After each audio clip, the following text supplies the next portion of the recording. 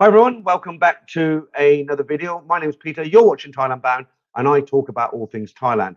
Okay, today I've got a guest. I've got Peter from Thai Legal Protection. If you're a regular viewer to this channel, you'll remember that I had Peter, I interviewed Peter about a month ago. Peter has a law firm down in Pattaya, and they work with Thai lawyers and quite a few professional people. Peter will tell you about that when I bring him in. Basically, they help foreigners who have problems all over Thailand, but Peter will tell you about that. So what's today's video about? So the last time I had Peter here, we discussed the pitfalls of renting property. Peter was telling us all about the sort of things that can go wrong, and his firm can kind of help rectify any problems, go through contracts, things like that. So today what we thought we'd discuss is visas. Now, this isn't going to be your typical visa video, because most of the videos out there, including some that I've done, are about retirement visas or short-term tourist non-exempt visas, okay? But there's a certain category of individual people who stay in Thailand long-term, and they don't fit into any of the categories. To give you an example, somebody might be here, he's 40 years of age, he works online, he doesn't qualify for a digital nomad's visa, but he wants to stay here, so they do it in a different way. Now, Peter's going to explain how they do that. Now, the first thing people will be discussing before we get into that is there's a big crackdown on visas at the moment. So again, I'm going to let Peter let you know what's going on with the visas at the moment, and then explain ways around how to do it properly. So enough talking from me. Let me bring Peter in. He's down there in Pattaya. I can see him in the background there waiting to come in. So let's bring Peter in. Hello, Peter. How are you down there in Pattaya? Good afternoon, Peter. I'm doing good. Yeah. It's a little bit chilly these days compared to the normal weather. We can't complain. We're always sweating up here in Bangkok, so Yeah. a little bit of chilly weather is good. Thank you for Yeah. coming on for doing this interview again. I know you're a very, very busy man. Why don't you tell people a little bit about your company again? You can explain more at the end, but just a brief summary so people know who I've got on the video today. Sure. Okay. So I'm Peter from Thai Legal Protection, and we have a firm that offers a legal membership service that gives access to foreigners to legal advice and information from lawyers whenever they need it. So I'll get more into it later. Yeah. Okay. Yeah, sure. So you heard the introduction there, and you know what we're going to talk about today. I think you're going to give us some advice or let us know what's going on with this crackdown, and then you're going to talk a little bit about how to do things properly, correct? Sure. Yes, correct. Okay, so why don't we start off by telling us about the current crackdown? So maybe not everybody's heard about this, but there was a few arrests that happened in Bangkok and Pattaya, and they involved foreign nationals.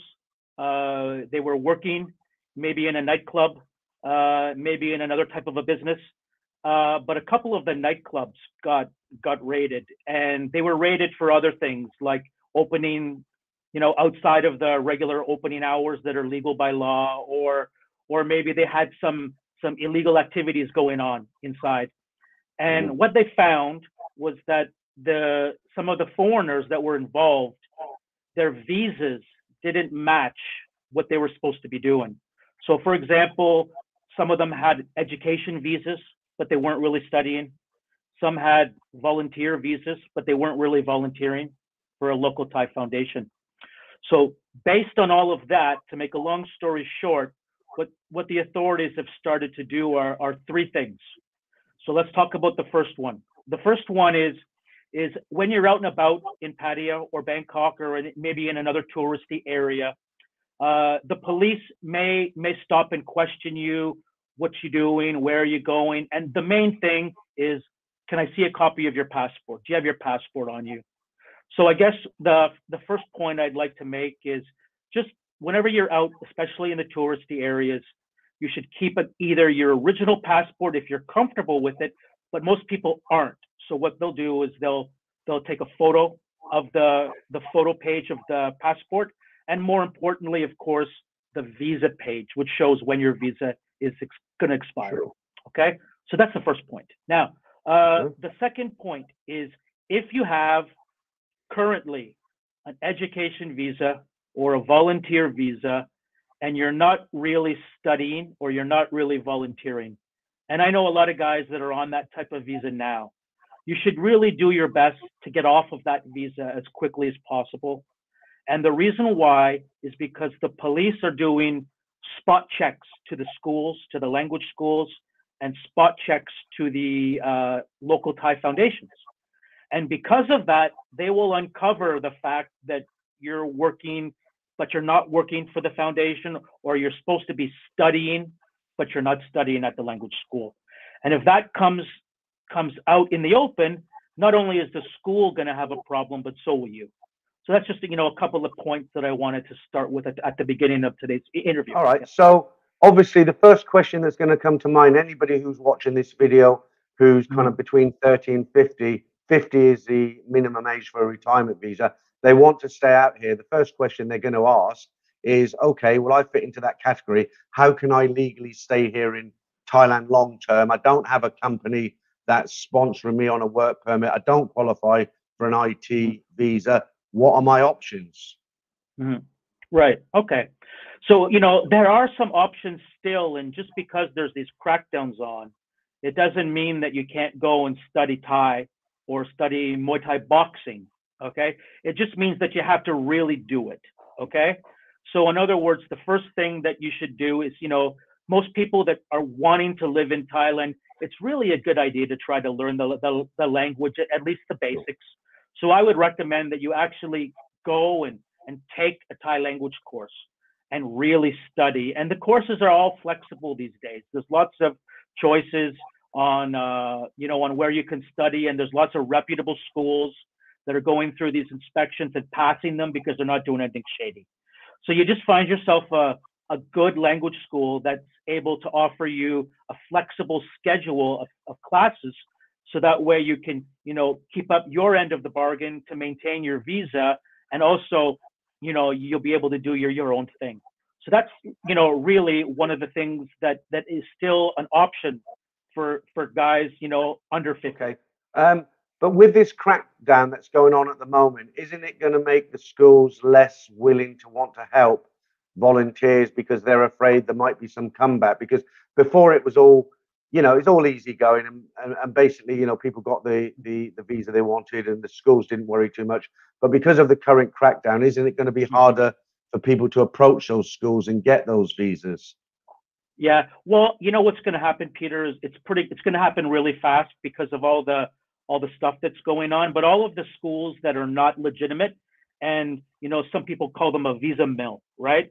So those schools are all going to be gone. They're going to be fined. They're going to be closed down. The foreigners are going to be deported from the country that have those visas. So that's going to leave the schools that are reputable. And those schools, the ones that pass the inspections, they're going to be able to continue business as normal. So as long as you're willing to take their classes and you're willing to keep up that end of the bargain, then you'll have no problem, going to a Thai embassy, getting the visa, and getting the extensions here when you come back to Thailand. And so that's, really one of the main things that the younger guys like to do is, but the problem is that they didn't want to study before. But, unfortunately now they're going to have to study. So what about the other visa that you were telling me about earlier, the volunteer visa? That I know that's an option. Is there a minimum amount of hours that somebody?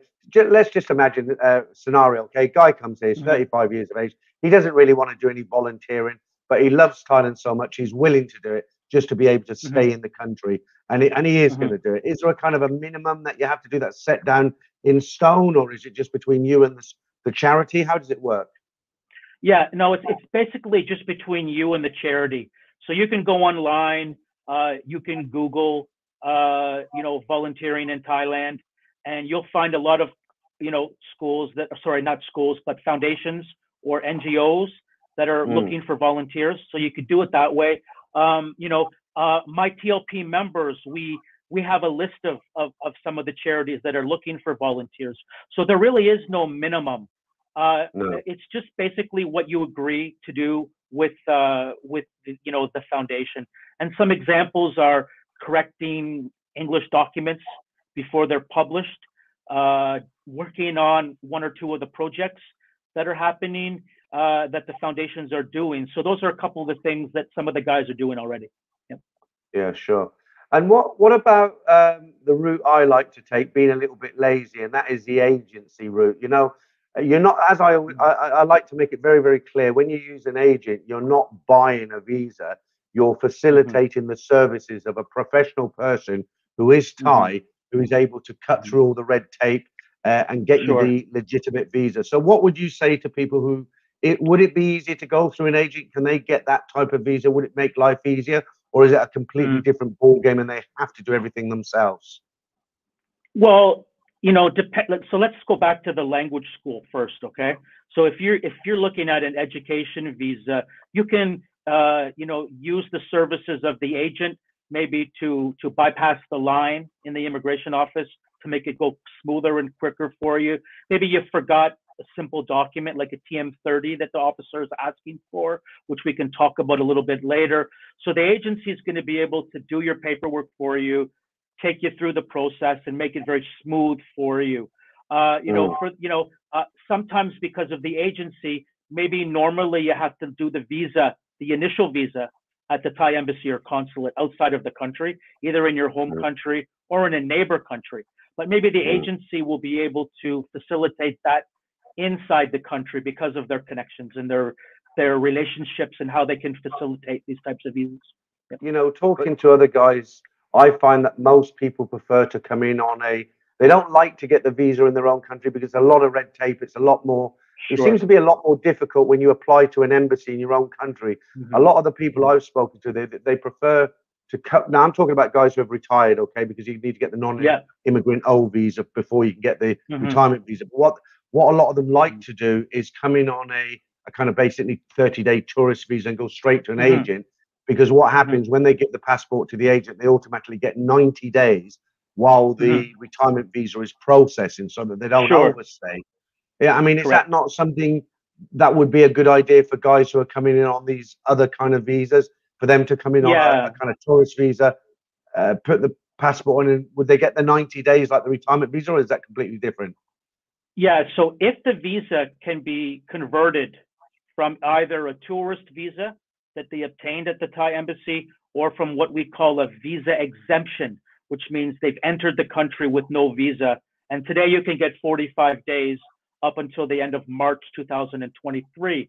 And both of those scenarios, uh, the, the permission to stay can be extended inside Thailand. So a lot of visas can be converted from that type of a scenario. And for Mm. the ED visa, it will depend on the school or the agency that's processing the application for you.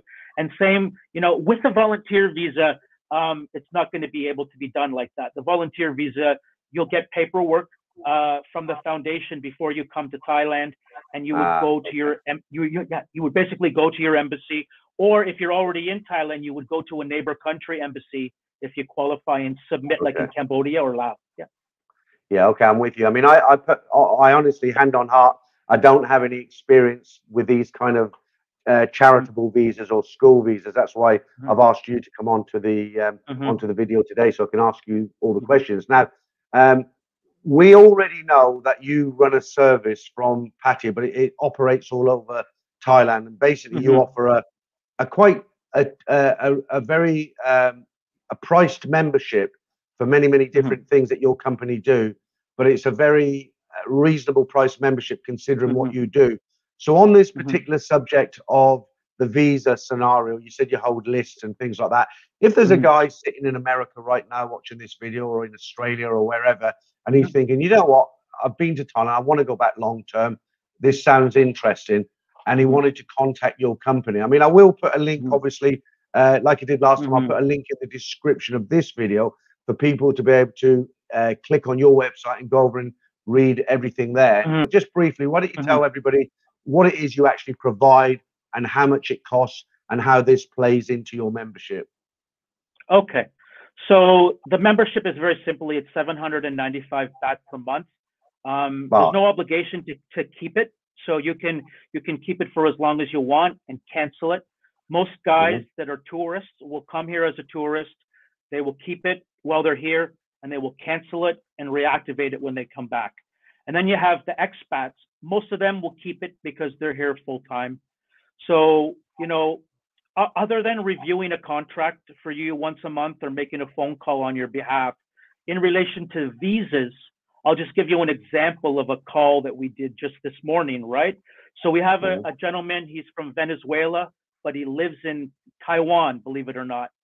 And then, so he needs to apply for some type of a visa. He doesn't know, he's seen all the things that are happening. He's confused about what's going on. So what we do is we go through a fairly legitimate consultation with the members, find out what do they want, and then kind of give them 2 or 3 options for visa plans for them. Okay. Once that's done, then, they've got everything that they need. And then all they would need to do is just execute one of those options, which may or may not require them to use the services of an agency.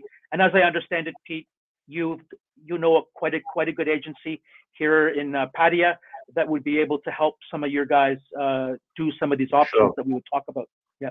Yeah, I always recommend a lady called Lana. She's based just off Soy Buakhao. Her company is called Farang Visa Company. I've actually got a video up on my channel called How to Remain in Thailand Long Term, because she's the lady I used to do my visa. She's Thai. She used to work in the immigration at Jomtin. There are several visa companies in Pattaya, but that's the one that I recommend. Now, about a couple of the other options before we maybe move on to maybe a little bit about the marriage visa and the retirement visa comparison. But, of course, if you marry a Thai person, so you've got that type of a visa that you can get, and we'll talk about some of the benefits of it a little bit later. If you've got a Thai child that you support in Thailand, whether you're married or not, you can get a visa from that scenario. If you've got a child in school and you're under 50 and you wanted to be what's called a guardian, then there's that type of a visa that you can get, which kind of follows the education visa of your child. Okay. And then finally, there's the LTR visa, which is a little bit difficult to qualify, but it gives you more options than just the elite visa, which is the last one that I was going to talk about. So the LTR has it's like there's an investment category, there's a wealthy pensioner category, and then there's the digital nomad category, which requires you to qualify. There's some personal qualifications, and then there's very difficult, isn't it? Some company qualifications. And yes, it's a little difficult sometimes, especially if you go for the wealthy pensioner one. But there are more options. Before all there was okay, if you don't qualify for the retirement visa, okay, well then here you can spend a minimum of 650,000 baht and buy the elite visa. But at least now the government has got more options for the guys that are under 50. And, some of the guys that I've talked to, their companies do allow them to work remotely anywhere in the world. And the company just has to provide some documents and along with your personal documents, and you can qualify for that. And you get a 10-year visa. And I think it's 50,000 baht. Sure. So, okay. So what about the guy who's married to the Thai lady? Obviously, what visa, just in a nutshell, if somebody married a Thai girl here, because I've got a follow-on question to this, how long does that visa last for? Well, it's just like the retirement visa. So, when you get the initial visa, either from the Thai embassy or when you get it inside Thailand, right? You get 90 days. And then the initial 1-year extension on top of that, which is 12 months. This is a marriage visa, right? So so a total of 15 months is what you're going to get. Okay. But my follow-on question was going to be for guys who might come out here, they might have a serious girlfriend and thinking, you know what, I'm 40. The easiest option for me would be to marry this lady who I'm in love with, and I'll get 16 months or whatever it was you just said you get there. Now, what my follow-on question is, if everything's rosy, everything's good, but what happens if he gets his 16-month visa, 6 months down the line, the girl he's with decides to kick him out, it just doesn't work out, or they separate. So he's used 6 months of his marriage visa. Obviously, he's not going to be able to get another marriage visa unless he remarries. What happens with the remaining balance on account, if that makes sense, of the visa? He's already got 16 months. He's used 6 months up. She's gone. What happens then? Yeah. Well, all of that depends on the divorce. Okay. So often guys will get into this situation with their Thai wife, and you know, maybe they want to separate, but they don't always get the divorce immediately, right? So sometimes there can be some type of a deal worked out where the guy can keep the remainder of his marriage visa, and they won't do anything until that one is pretty much finished. Okay, but let's just say that there was no way that they could stop that from happening. You know, it looks like that the divorce had to go through pretty much immediately. Then yes, of course, your marriage visa would get canceled, and then you would have to, you know, they usually give you 7 days after the cancellation to try to figure out what your next move is, which normally is basically, you know, just gives you time to leave the country and sort out another visa at a Thai embassy, right? Yeah. So yeah, you know, a good prenuptial agreement is always something that you should think about when you get married, and especially, you know, if it's a foreigner marrying a Thai girl as well too, so you can protect yourself that way. I just wanted to kind of add that in, right? Yeah. A guy who's 14, he's got a girlfriend out here, and he wants to stay out here long term, and he would be, you know, he'd consider marrying it because he's going to marry her anyway eventually, but he's deciding, well, I might as well do it now because I can stay in the country. Would you recommend that, or go for one of those other sort of visas? Yeah, I guess it would, you know, I would need to know more from the guy about, you know, how the relationship is going. Honestly, I would ask questions like, where did you meet her?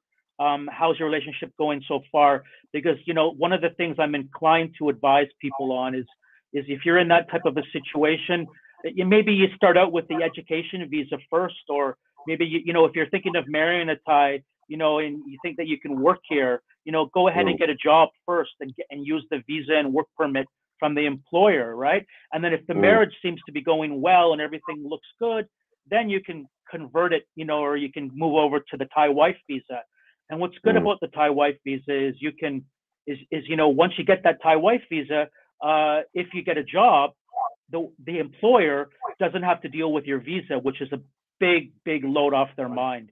So I suppose the big question, I don't know this, and I'm sure other people are interested as well. I mean, most guys who come out here, who are out here kind of long term, you know, let's say around 40, what do they actually do? What you know, obviously they come because they love the country, they might have a Thai girlfriend, but what are the majority of them doing to stay here? Okay, well, you know, most of them will start, you know, coming here, and they'll have their own income coming in from other sources.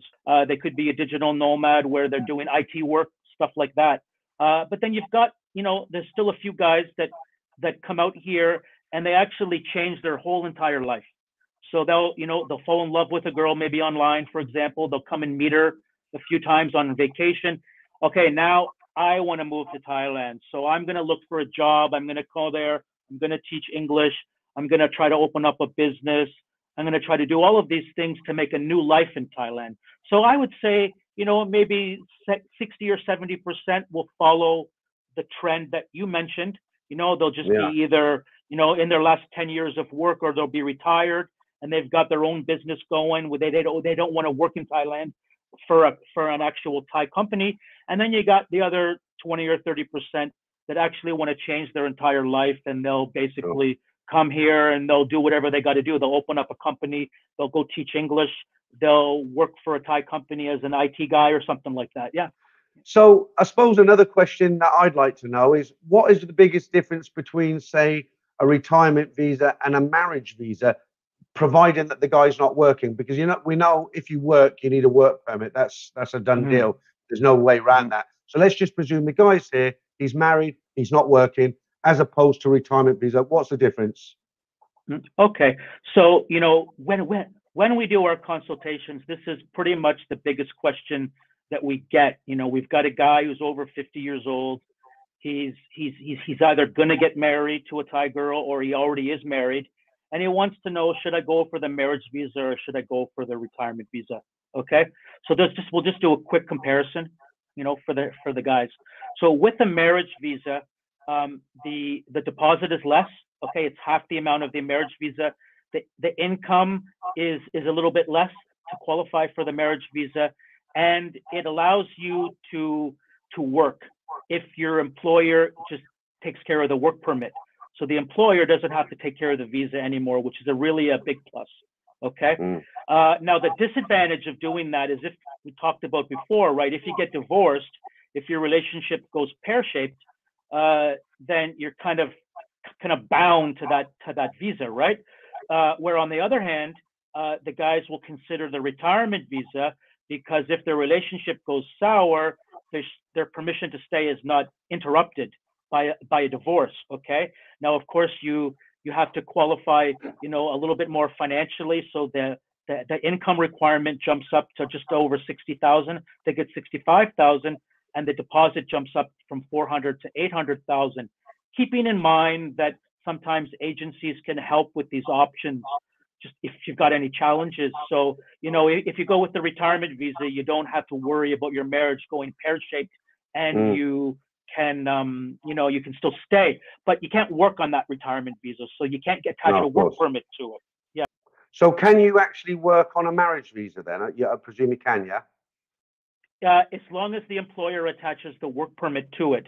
But the key point is that the employer doesn't have to worry about the visa, which, sometimes a visa that is sponsored by an employer is very difficult to get. Maybe they have problems with their corporate income tax, stuff like that, right? So it's more difficult to maintain and extend a non-immigrant B visa as an employer, when the employer can just hire somebody who's married, to a Thai person. All they have to do is work permit. So I mean, to be really, really clear then, so that guy who comes out here in that same scenario, if he gets the retirement visa, he can't work on a retirement visa. There's no way you can do that. But if you get the marriage visa, you can work. There's just you've got to just follow protocol procedure, right? Correct. With the retirement visa, it doesn't depend on your marriage. And yes, you can't work, and the deposit's a little more, and the income requirements a little more, but the guys feel like they have more freedom if their marriage goes pear-shaped. Yeah. And there are obviously benefits for both visas. Like you just said, if you're on a marriage visa, you can work, but you can't work on a retirement visa. But if you're on a retirement visa and it all goes pear-shaped with your marriage, you're still okay, because you're on a totally separate visa, right? Correct. Okay. Great. Okay. So lots of information there today, Peter. I'm sure a lot of people have learned a lot of things, including me. I just want to rewind a little bit, because this membership that you offer, I know a lot of people swear by it. I know it's very good. It's less than 1,000 baht a month. You've only just touched on the sort of services you provide. I'm actually a membership. I've got a membership to your company. Why don't you just briefly, in a nutshell, tell my viewers what it is they get, the kind of protection, like we discussed the last time. If somebody finds themselves locked up in a police cell and they've got that 24-hour number, that on this actual upload, we haven't discussed that yet. So why don't you just tell people what can happen if they do get in trouble? Okay. So I guess we can start with the 24-hour emergency line. Okay. So, if you're, and I guess the two things that people use it most for are accidents, or if they're in trouble with the police. So, if they call that number, it'll be a Thai speaking lawyer, and they'll speak with the police, or they'll speak with the other party that's, in the accident, whether there's a policeman on the scene, or whether the insurance company for the other party showing up, and they'll talk with them on your behalf to try to smooth things over and kind of organize what the next steps are going to be, and then basically inform you what those things are. The following day, you would then call back in, go through the normal channels, and get the advice on what to do next. But if the emergency requires the member to go to the police station right away, for example, then you could hire the lawyer that answered the emergency call to go to the police station and represent you as an emergency situation. One scenario, but you're offering lots of different services for that membership, aren't you? Like you said before, if somebody wants to rent a condo, you'll read through the contract. If it's in Thai, you'll have it read by Thai people to see if there's anything maybe that's hidden in there that the landlord's trying to be a bit crafty with. They can read that. Sure. It's a Thai person reading Thai, obviously. You can get that translated. What other services do you offer for that membership? Yeah, so other than calling on behalf of the member to resolve a dispute each month, the member can call in at any time or email in about any legal advice that they require, about any topic, including your wife or your girlfriend, if they want to get a visa, go back to your home country. That's also a service. that we offer Okay. as well too. Yeah. So Okay. anything that you can possibly think of, Pete. Yeah. Okay. Like I said, I'll put a link in the description that goes through to your website. So any of my viewers, if you're interested in looking at further details of the service that Peter's company, Thai Legal Protection, that's the name of the company. If you're interested in any of Peter's services, go on his website. You can email you. He will email you back. Some great information there, Pete. I'm going to say thank you once again for coming on onto my channel. And we will be back with yet another video, hopefully in about a month's time, something like that. Yeah, sure. And I think we're gonna do a video on maybe how to open up a business or something like that, you know? Yeah. Great subject, great subject. A lot of people ask me about that, opening up a business in Thailand, but obviously my background is hotels. It was all done for me. So I had it quite easy, but to come here and open a business from fresh, there'll be a lot of people interested in that. So that's probably about a month. But for now, I'm just going to say thank you, Peter, for coming on. I look forward to our discussion, our next meeting. But for now, again, thank you for today.